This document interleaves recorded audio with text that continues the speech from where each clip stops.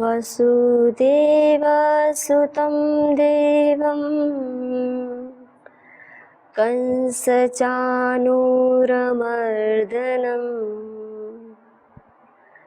देवकी परमानन्दं नमामि योगेश्वरम्।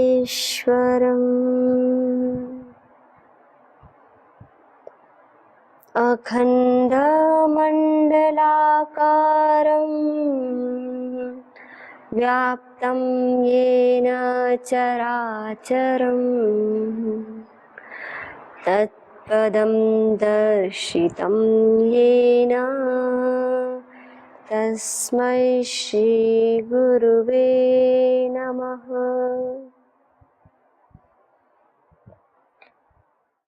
गीता स्वाध्याय में आप सभी साधकों का हार्दिक स्वागत है। तो हम अपने जीवन को कैसे उस परम पिता परमात्मा की भक्ति में लगाएं, कैसे हम अपने जीवन को और उत्कृष्ट बनाएं, कैसे हम अपने मन के भावों को साधें, कैसे हम अपने जीवन को साधें। तो सज्जनों, इसलिए हम सभी श्रीमद् भगवद गीता का स्वाध्याय कर रहे हैं। तो अभी स्वाध्याय करते हुए हमने गुरु महिमा को देखा। योगेश्वर जी ने अर्जुन को बताया कि हे अर्जुन, आप ज्ञान के लिए किसी तत्ववेत्ता समर्थ गुरु की शरण में जाओ, क्योंकि यहाँ एक प्रोसेस बता रहे हैं, एक क्रमबद्ध तरीके से बता रहे हैं कि किसी भी साधक को किस विधि से कैसे ज्ञान की प्राप्ति होती है। क्योंकि यहाँ योगेश्वर जी स्वयं बता रहे हैं कि अगर किसी भी मनुष्य को अपने जीवन में अगर ज्ञान प्राप्त करना है, विवेक प्राप्त करना है, तो उसको एक समर्थ गुरु की शरण अवश्य ही लेनी होगी। इसलिए कहा था, गत एपिसोड में हमने देखा था, तद्विद्धि प्रणिपातेन परिप्रश्नेन सेवया उपदेक्ष्यन्ते ते ज्ञानम ज्ञानिनस् तत्त्वदर्शिनः, कि आप प्रणिपात होकर, शरणागति के भाव से युक्त होकर, सच्चे मन से आप गुरु के पास जाओ। तो बताया कि तब आपको वह गुरुजन आपके जीवन में कैसे जो परम या कहे अखंड शांति है वह कैसे आए, कैसे आपका जीवन परम पिता परमात्मा की ओर झुके। तो ऐसे ही वह समर्थ सद्गुरु आपको उपदेश देगा। इतना हमने देखा। तो अब आगे योगेश्वर जी बता रहे हैं कि देखो, जो सद्गुरु ज्ञान देता है उस ज्ञान को प्राप्त कर मनुष्य धन्य धन्य हो जाता है। अर्थात जिस जिज्ञासा को लेकर वो आता है उसकी सारी जिज्ञासा शांत हो जाती है, उसके सारे अंधकार के पर्दे छट जाते हैं। हमने ये देखा अभी तक। तो अभी देखिए, अभी आगे योगेश्वर जी ये बताएंगे आगे श्लोक में कि कैसे जब वो अपने प्रणिपात होकर पूरी सच्चे भाव से मन से जब समर्थ गुरु की शरण में जाता है कोई भी साधक, तो उसके जीवन में आगे क्या घटित होता है। तो योगेश्वर जी कहते हैं कि जब वह समर्थ गुरु आपको उपदेश देगा तो कैसी स्थिति होती है, क्या होता है। तो कहते हैं, यज्ञात्वा न पुनर्मोहम् एवं यास्यसि पांडव येन भूतान्यशेषेण द्रक्ष्यस्यात्मन्यथो मयि। कहते हैं कि हे अर्जुन, फिर समर्थ गुरु उस शिष्य को वह ज्ञान देता है। जब तू भी एक समर्थ गुरु की शरण में सच्चे भाव से ज्ञान की अभिप्सा से जाएगा, तो तब गुरुजन आपको वह ज्ञान प्रदान करेंगे कि यज्ञात्वा न पुनर्मोहम, जो जिस ज्ञान को प्राप्त कर फिर साधक कभी मोह के बंधन में नहीं पड़ेगा। जैसे कि अर्जुन की यही स्थिति है। अर्जुन किस लिए युद्ध नहीं कर रहा है? क्योंकि वो मोह में पड़ा हुआ है। तो योगेश्वर जी कह रहे हैं कि सारे संसार का जो माया जाल है सब हट जाता है।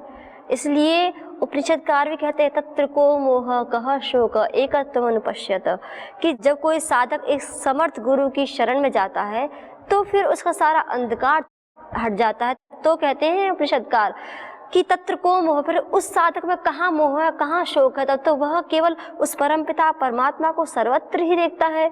तो आगे उसी बात को कह रहे हैं, ये न भूतान्य शेषेण।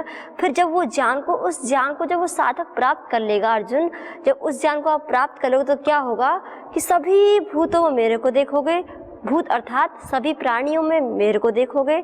ये दो स्थिति अगर साधक की प्राप्त हो जाती है तो जब उसको यही पता है कि सर्वत्र वही विद्यमान है, सभी में वही है, तो फिर साधक को कहाँ मोह होता है, कहाँ शोक होता है।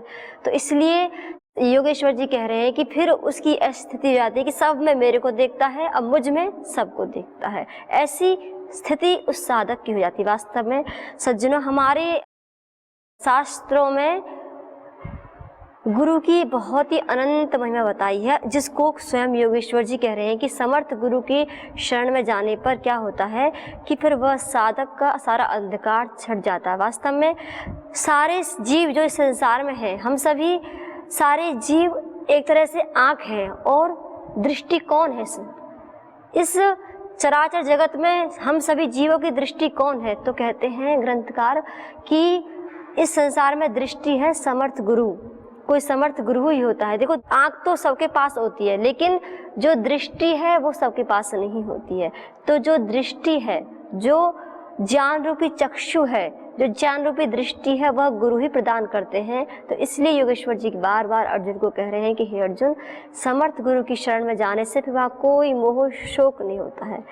तो वहाँ पर केवल जब कोई साधक सच्चे मन से अपने जो उसकी बुद्धि रूपी जो यंत्र है उसको अपने गुरु की शरण में समर्पित कर देता है, तब ये घटित हो पाता है। अगर तर्क रूपी संशय रूपी बुद्धि होती है, श्रद्धा विहीन विश्वास होता है, श्रद्धा विहीन भक्ति होती है, तो कहते हैं योगेश्वर जी फिर ये घटित नहीं हो पाता। कि जैसा कि योगेश्वर जी इतना बड़ा फल बता रहे हैं कि फिर उसका सारा अंधकार, जो उसका सारा शोक रोग सब हट जाता है, वह एक ज्ञानमय हो जाता है। वास्तव में फिर जो इसी बात को पूज्यपाद गोस्वामी तुलसीदास महाराज जी बताते हैं कि वैसे तो वो सर्वत्र, क्योंकि योगेश्वर जी कह रहे हैं कि जब उसका सारा मोह हट जाता है, शोक हट जाता है, तो कहते हैं कि फिर वो सभी प्राणियों में मेरे को देखता है और मेरे में सभी प्राणियों को देखता है।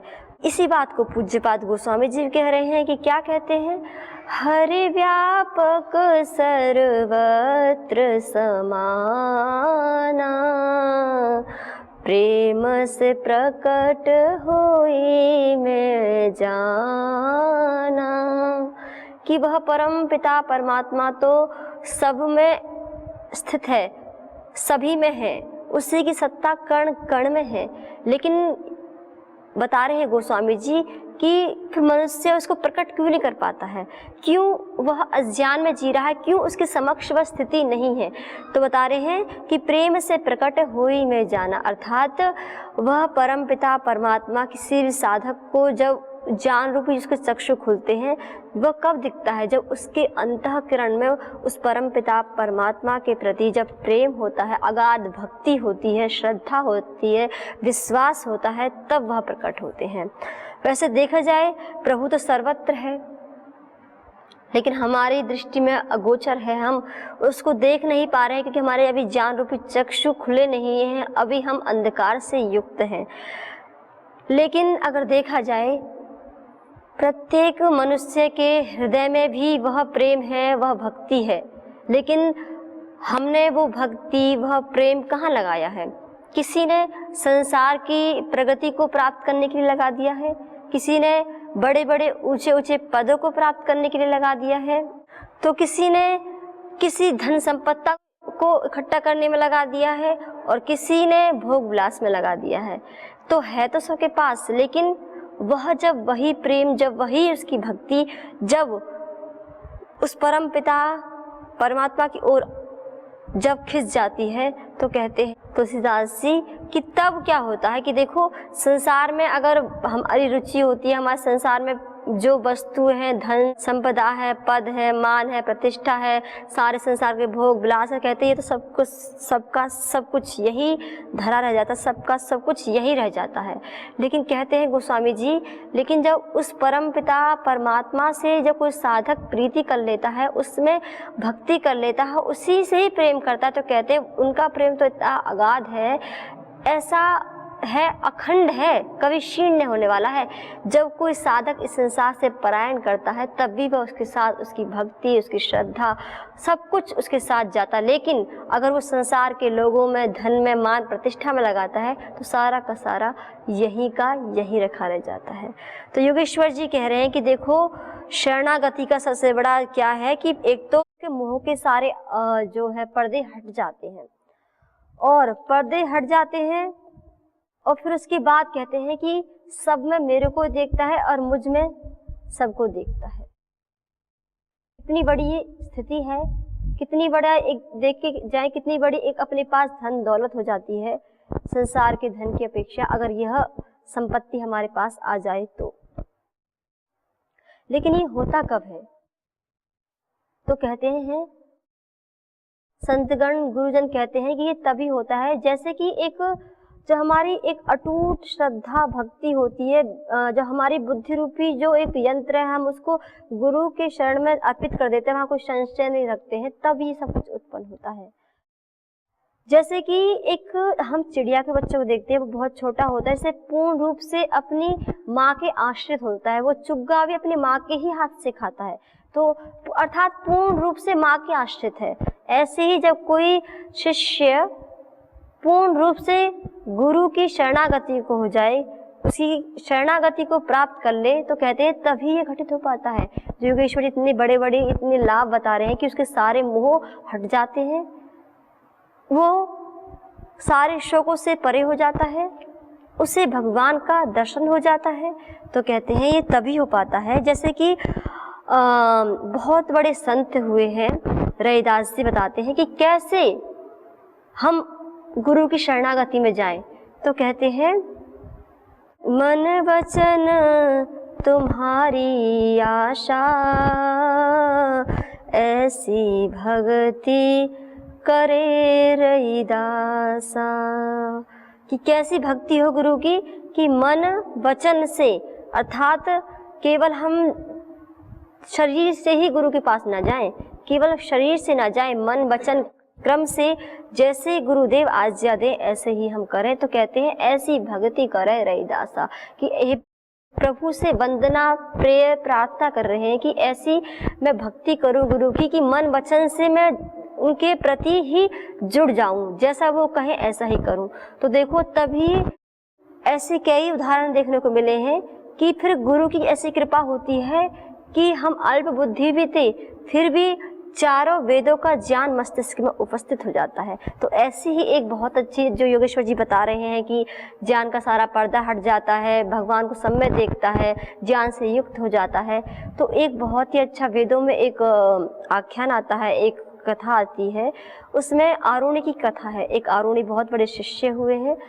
आरुणि वैसे तो प्राचीन काल में सभी गुरुकुल में पढ़ते थे, तो गुरुकुल में सभी शिष्य होते हैं, कुछ बहुत ही इंटेलिजेंट होते हैं, कुछ मध्यम होते हैं, कुछ केवल सेवा में बहुत अधिक होते हैं, आगे होते हैं, कुछ इतना उनका बौद्धिक सामर्थ्य इतना अधिक नहीं होता है, लेकिन सभी पढ़ते थे। तो ऐसे ही एक बार की बात है, जब आरुणि आश्रम में ही अध्ययन कर रहे थे, तो एक बार होता क्या है, गुरु जो आश्रम का ही एक खेत होता है, और उस समय रात्रि कालीन में बहुत तेज बारिश होती है। तो गुरु को थोड़ी चिंता होती है कि गुरु ने जो खेती कर रखी थी धान की, तो वो सोचते हैं कि हो सकता है मेड़ टूट ना गई हो, इसलिए कुछ शिष्यों को भेजते कि जाओ देख के आओ, अगर मेड़ जो खेत की अगर टूट जाए तो उसको पुनः मिट्टी डालकर उसको बंद कर देना। एक शिष्य गया, उसने प्रयत्न किया, क्योंकि जो मेड़ होती है अगर मेड़ टूट जाती है, पानी का प्रवाह अधिक हो जाता है, तो हम मिट्टी डालते हैं तो वो टिक नहीं पाती है। तो ऐसे करके पहले एक शिष्य गया, उसने ये बोला कि गुरुजी मेरे से तो नहीं हो पाया, फिर दूसरा गया, तीसरा गया, ऐसे करके बहुत सारे शिष्य गए। तो फिर अंत में गुरुदेव ने सोचा आरुणि को भेजता हूँ। तो आरुणि जाता है, आरुणि भी यही प्रयत्न करता है, लेकिन जब देखता है गुरु ने ये बोला था कि किसी भी हालत में खेत से बारिश का पानी बाहर नहीं निकलना चाहिए, अगर वो निकल जाएगा तो खेती बर्बाद हो जाएगी।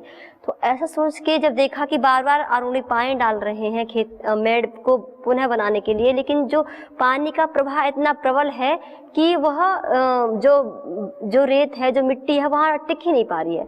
अब आरुणी सोचने पड़ जाता, अब क्या करूँ, क्या करना चाहिए। गुरुदेव की आज्ञा तो है कि किसी भी हालत में मेड़ को बनाना है और पानी को रोकना जाने से बाहर। तो आरुणी जी को सूझता नहीं है, तो क्या करते हैं, खुद ही थोड़ा स्थान होता है जहाँ मेड़ टूटी हुई होती है, तो क्या करते हैं, खुद ही उस मेड़ पे लेट जाते हैं आड़े होके, और उससे क्या होता है, जो पानी है वो बाहर जाना बंद हो जाता है और वो पानी खेत के अंदर ही रहता है। तो वो जो आरुणी गए थे, जब वो शिष्य गया था खेत में, तब रात्रिकालीन समय था, बहुत घनघोर बारिश थी और अंधकार था। गुरुदेव ने तो भेज दिया, शिष्य चला गया, किसी को पता नहीं है, अब भेज तो दिया कि वापस आया नहीं आया। लेकिन जैसे ही प्रातःकाल 4 बजे तो आरुणी गुरुदेव की सेवा करता था, तो जब पूछा कि आरुणी नहीं दिखाई दे रहा है, तो सबने कहा वो तो खेत में गया है। तो फिर गुरु दौड़ते हुए अपना सारा जो नित्य कर्म को छोड़कर खेत की ओर दौड़ते हुए आते हैं, और जो उस समय का जो वातावरण होता है वो भी आकाश में जो है कालिमा होती है, आकाश कालिमा से युक्त होता है, अंधकार होता है। तो पुकारता है, आरुणी कहाँ हो। तो आरुणी बोलता है, गुरुदेव मैं यहाँ हूँ, अगर आपकी आज्ञा हो तभी उठूंगा, क्योंकि आपने बोला किसी भी हालत में मेड़ बनानी है और पानी को बाहर नहीं आने देना है। तो जब देखते हैं इतनी पूरी रात घनघोर वर्षा हुई, ठंडी ठंडी हवाएं चली, तो उससे क्या होता है कि आरुणी का जो शरीर है पूरा ठंड से काँप रहा होता है। पूरी रात वो ऐसे ही पानी को रोके हुए, पानी में भीगे हुए लेटे हुए थे, पूरी रात बारिश में भीगे। जब गुरुदेव ऐसी गुरु भक्ति को देखते हैं, ऐसे गुरु आज्ञा को देखते हैं, तो तुरंत आरुणी को उठाते हैं और अपने हृदय से लगा लेते हैं। तो ऐसा लिखा हुआ है वेद में कि तत्काल उसी क्षण चारों वेदों को जो ज्ञान है, चारों वेदों का जो सार है, वह आरुणी के मस्तिष्क में प्रकट हो जाता है। कैसे?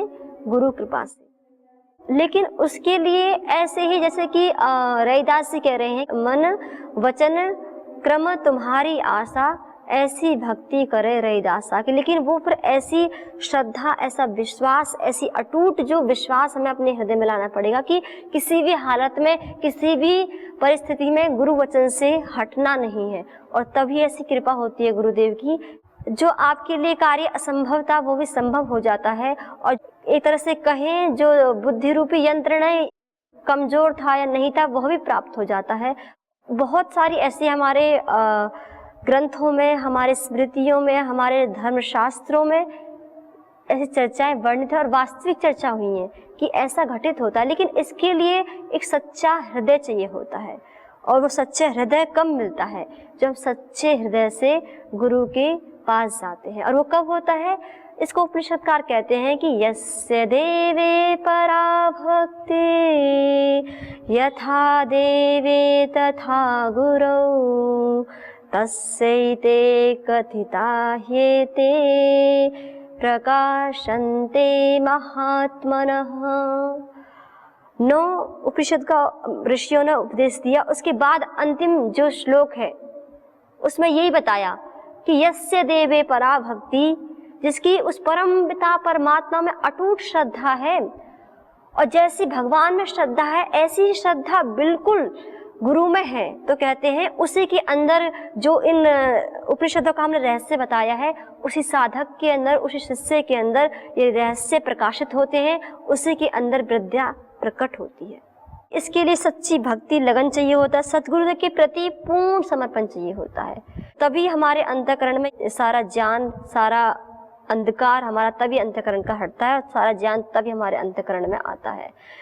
और संसार में हम देख लें, जैसे एक संसार में हम जब किसी एक भौतिक टीचर के हम जब जाते हैं, हम जो भौतिक टीचर हमें जो भौतिक जानकारी देता है, साइंस की, इंग्लिश की, मैथ की, अलग अलग जो हमारे सिलेबस होते हैं, अलग अलग सब्जेक्ट होते हैं, तो वहाँ भी हमें उस टीचर के प्रति, उस गुरु के प्रति, जो भौतिक टीचर है, जो भौतिक ज्ञान दे रहे हैं, उनके प्रति भी हमें श्रद्धा रखनी पड़ती है। जैसे कि मान लो कक्षा में कोई टीचर इंग्लिश का पढ़ा रहा है कि KNIF तो लेकिन है KNIF लेकिन बोल रहे हैं नाइफ। तो कोई शिष्य प्रश्न कर सकता है कि हम लिख तो रहे हैं KNIF और बोल रहे हैं नाइफ, तो ऐसे कैसे हो सकता है।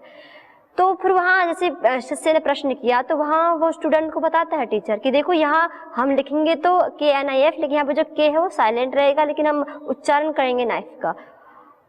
तो फिर उस समय भी उस जो स्टूडेंट होता है उसको भी अपनी बुद्धि को समर्पित अपने गुरु के जो बात है, उसकी जो आज्ञा है, उसके प्रति करना पड़ता है, तभी तो फिर वो आगे चल पाता है, तभी तो वो नई नई नॉलेज अपने अंतःकरण में प्रकट कर पाता है। ऐसे भौतिक संसार में होता है और ऐसे ही आध्यात्मिक संसार में होता है, एक ही बात है। तो इसलिए जो ये कहा है सभी सद्गुरुओं ने, सभी ग्रंथों ने कहा है कि इस संसार में सारे के सारे जीव आँख हैं और उनकी दृष्टि केवल गुरु है, कि गुरु ही बताते हैं कैसे देखना है, कैसे क्या करना है, कैसे आचार वाणी व्यवहार कैसे होना है, कैसे संसार में जीना है। जीवन जीने की दृष्टि गुरु ही देते हैं, और जिसको योगेश्वर जी बता रहे हैं कि जब हे अर्जुन तुम समर्थ सद्गुरु की शरण में जाओगे तो तुम्हारे अंतःकरण का सारा अंधकार हट जाएगा और फिर तुम सर्वत्र उस परम पिता परमात्मा को देख पाओगे।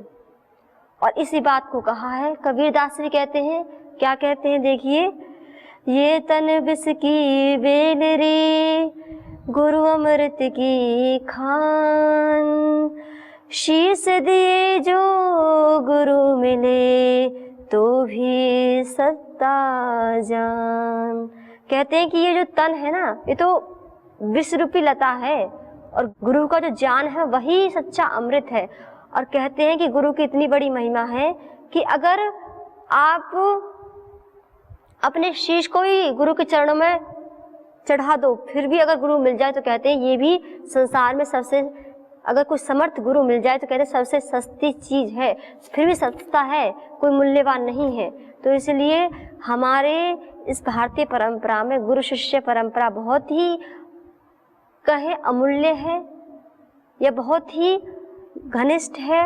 और कोई भी संसार में अगर कोई प्राणी अपने आत्म शिखर पर आगे बढ़ना चाहता है, आध्यात्मिक शिखर की ऊंचाइयों को छूना चाहता है, तो उसको सर्वप्रथम अपने गुरु की शरणागति को प्राप्त करना होता है।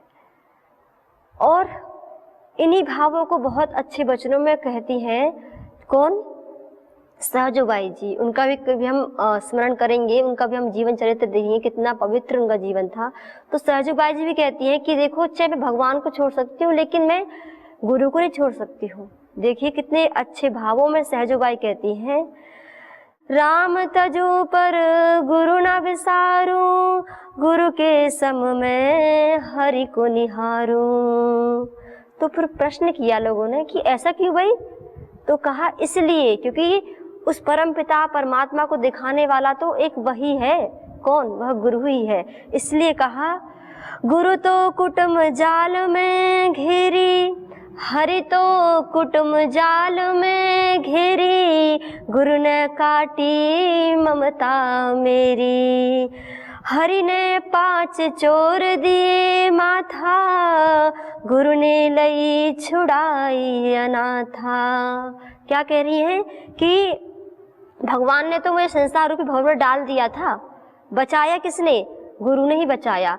और भगवान ने तो मेरे को जो 5 शब्द स्पर्श रूप रस गंध ऐसे चोर दे दिए जो पल पल मुझे भगवान से दूर कर रहे थे, मेरे हृदय को वहां से चुरा रहे थे। तो कहते नहीं, लेकिन गुरु ने क्या किया, मुझ दीन दुखी पर कृपा कर उनसे मुझे छुड़ा दिया। पर आगे क्या कहती हैं सहजोबाई जी कि हरि ने मुँह से आप छुड़ायो, गुरु ने दीपक लई ताही दिखायो। कहते कि हरि ने तो क्या किया कि मुझे संसार में भेज दिया और मुझे अपने दर्शन नहीं कराए, छुपा लिया मेरे को, लेकिन वह गुरु तो आए, गुरु ने आकर और ऐसा ज्ञान रूपी दीपक दिया कि मैंने हरि के दर्शन कर लिए।